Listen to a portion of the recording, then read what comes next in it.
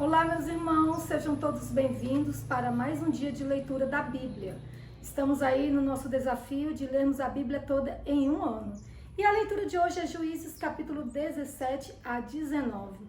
Esses capítulos vão mostrar o caos moral e espiritual que Israel enfrentava na época, e especialmente a falta de liderança e a corrupção generalizada.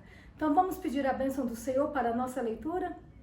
Deus querido, muito obrigada por mais uma vez nos conceder a oportunidade de lermos a Tua Palavra. Que Teu Espírito Santo esteja conosco nesse momento para nos dar iluminação. Em nome de Jesus, amém. Então vamos lá? Juízes 17. Mica e os ídolos. Havia um homem da região montanhosa de Efraim, cujo nome era Mica. Ele disse à sua mãe: as 1.100 moedas de prata que lhe foram roubadas e a respeito das quais a senhora me falou e proferiu maldições, eis que esse dinheiro está comigo, eu o peguei. Então a mãe lhe disse: que o Senhor o abençoe, meu filho. Assim ele devolveu as 1.100 moedas de prata à sua mãe, que disse: de minha parte dedico esta prata ao Senhor Deus a favor de meu filho. Será usada para fazer uma imagem de escultura e uma de fundição. Por isso agora eu devolvo esta prata a você. Porém o filho devolveu a prata à sua mãe, que pegou 200 moedas de prata e as deu a um ourives, o qual fez delas uma imagem de escultura e uma de fundição. E a imagem ficou na casa de Mica. E assim este homem, Mica, veio a ter um santuário. Fez uma estola sacerdotal a alguns ídolos do lar e consagrou um de seus filhos para ser o sacerdote. Naqueles dias não havia rei em Israel. Cada um fazia o que achava mais certo. O levita na casa de Mica. Havia um jovem de Belém de Judá, da tribo de Judá, que era levita e estrangeiro naquele lugar. Esse homem partiu da cidade de Belém de Judá em busca de outro lugar para morar. E assim, seguindo o seu caminho, chegou à região montanhosa de Efraim, até a casa de Mica. E Mica lhe perguntou: de onde você vem? Ele respondeu: sou levita de Belém de Judá e estou procurando lugar para morar. Então Mica disse: fique comigo como meu conselheiro e sacerdote. Eu lhe darei 10 moedas de prata por ano, a roupa e o sustento. O levita entrou e consentiu em ficar com aquele homem. E o jovem era para ele como um de seus filhos. Mica consagrou o jovem levita, que passou a ser o seu sacerdote. E o jovem ficou na casa de Mica. Então Mica disse: agora sei que o Senhor me fará bem, porque tenho um levita como sacerdote. Mica e a tribo de Dan. Naqueles dias não havia rei em Israel, e a tribo dos Danitas estava procurando um território para morar, porque até aquele dia não tinha recebido herança entre as tribos de Israel. Então os filhos de Dan enviaram 5 homens dentre todas as famílias de sua tribo, homens valentes de Zorá e de Estaol, para espiar e explorar a terra. E lhe disseram: vão e explorem a terra. Chegaram à região montanhosa de Efraim até a casa de Mica e ali pernoitaram. Quando se aproximaram da casa de Mica, reconheceram a voz do jovem levita. Chegaram perto dele e lhe perguntaram: quem trouxe você para cá? O que você está fazendo aqui? E o que prende você a este lugar? Ele respondeu: assim e assim Mica fez comigo. Ele me contratou e eu me tornei o sacerdote dele.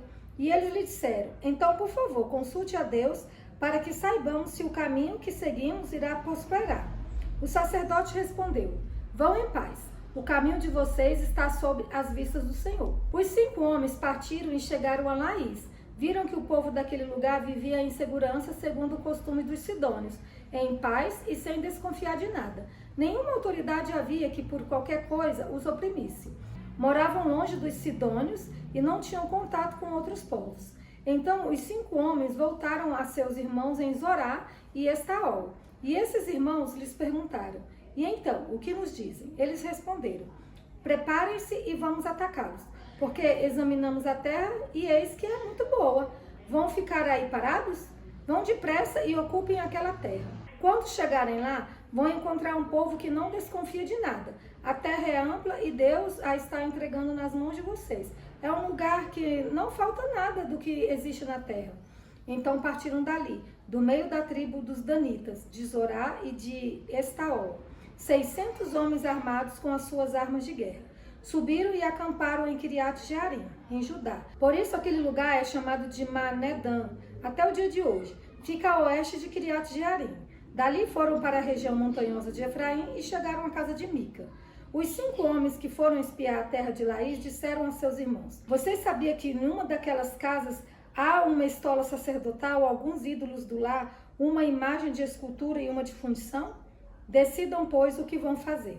Então foram para lá e chegaram à casa do jovem levita, que era a casa de Mica, e o saudaram. Os 600 homens da tribo de Dan, armados com as suas armas de guerra, ficaram à entrada do portão.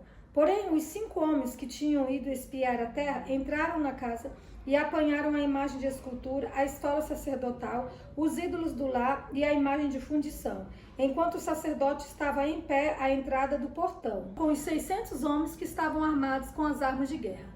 Quando eles entraram na casa de Mica e apanharam as imagens de escultura, a estola sacerdotal, os ídolos do lar e a imagem de fundição, o sacerdote perguntou: o que é que vocês estão fazendo?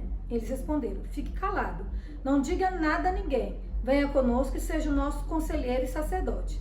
Ou você acha que é melhor ser sacerdote na casa de um só homem do que ser sacerdote de uma tribo e de uma família em Israel?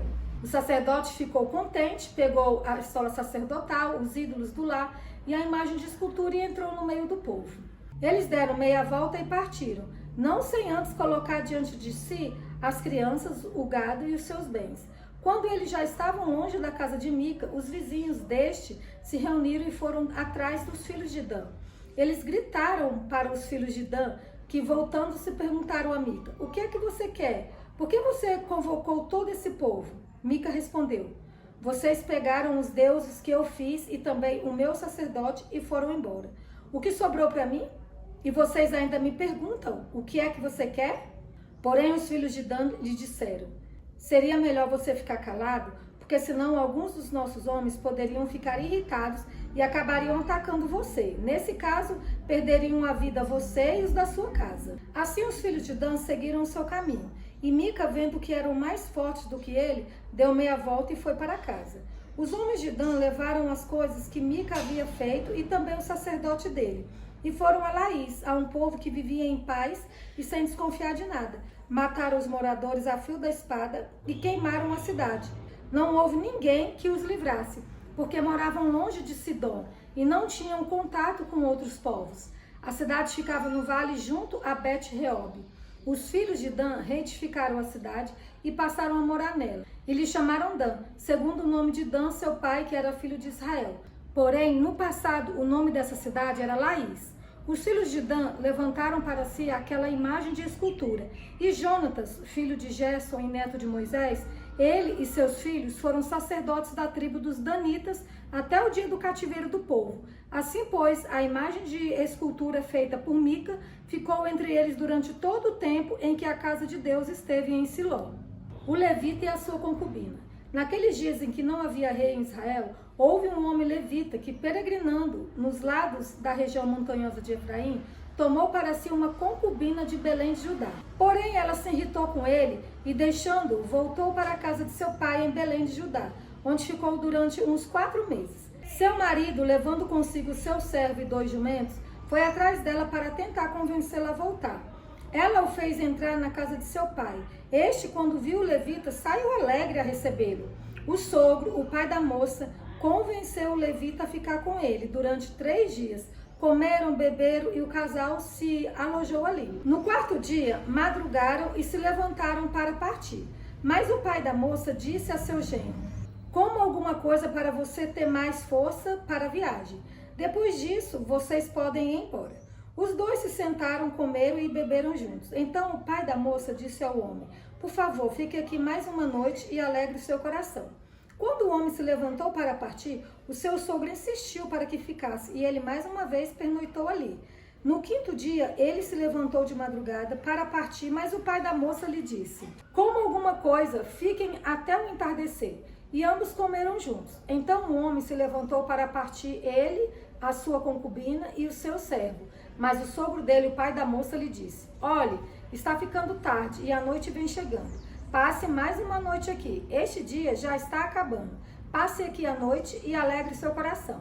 Amanhã de madrugada vocês podem se levantar e viajar de volta para casa. Porém, o homem não quis passar ali mais uma noite. Ele se levantou, partiu e chegou até a altura de Jebus, isto é, Jerusalém. Com ele iam os 2 jumentos encilhados e também a sua concubina. Quando chegaram perto de Jebus, o dia já estava chegando ao fim. Então o servo disse ao seu senhor: venha, vamos sair da estrada e entrar nessa cidade dos Jebuseus e passemos ali a noite. Porém o seu senhor lhe disse: não vamos entrar em nenhuma cidade estranha, que não seja dos filhos de Israel. Vamos um pouco mais adiante até Gibeá.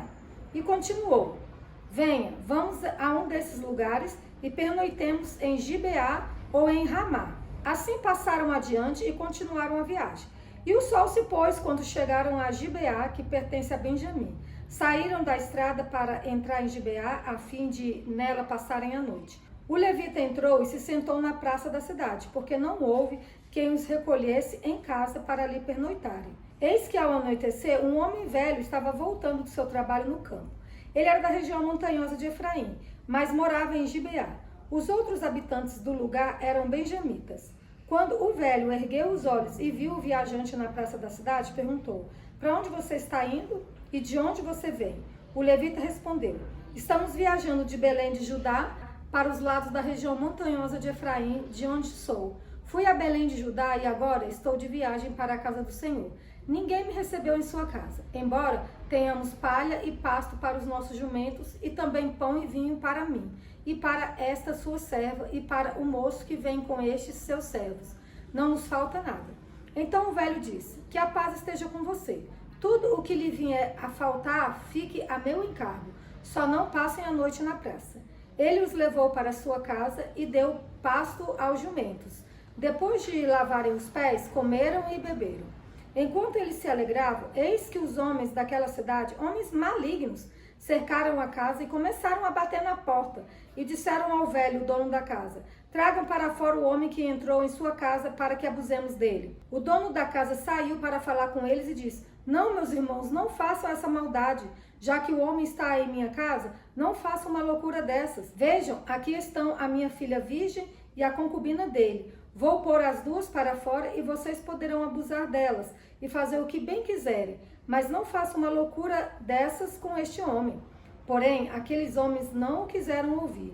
Então o levita pegou a sua concubina e a entregou a eles do lado de fora. E eles a forçaram e abusaram dela toda a noite, até pela manhã. E quando estava amanhecendo, eles a deixaram. Ao amanhecer, a mulher veio e caiu à porta da casa do homem, onde o seu senhor estava hospedado. E ela ficou ali até o clarear do dia. De manhã, quando o seu senhor se levantou e abriu as portas da casa para continuar a viagem, eis que a mulher, sua concubina, jazia à porta da casa, com as mãos sobre a soleira. Ele lhe disse: levante-se e vamos embora. Porém não houve resposta. Então o homem a pôs sobre o jumento e foi para sua casa. Chegando à casa, pegou uma faca e cortou o corpo da concubina em 12 pedaços e enviou os pedaços para todas as regiões da terra de Israel. Todos os que viram isso diziam: nunca se fez uma coisa dessas, nem se viu nada semelhante desde o dia em que os filhos de Israel saíram da terra do Egito até o dia de hoje. Pensem nisso, discutam entre si e digam o que se deve fazer. A Bíblia nos alertou sobre o perigo da idolatria, do relativismo moral e da falta de liderança espiritual. Eles mostram como um povo sem Deus se afunda no caos e na violência. É o que vemos hoje no mundo, não é? Então que nós possamos nos firmar na palavra do Senhor, santificar a nossa vida e fazer o que agrada ao nosso Deus. Essa foi a leitura de hoje. Fiquem todos com Deus e nos vemos amanhã.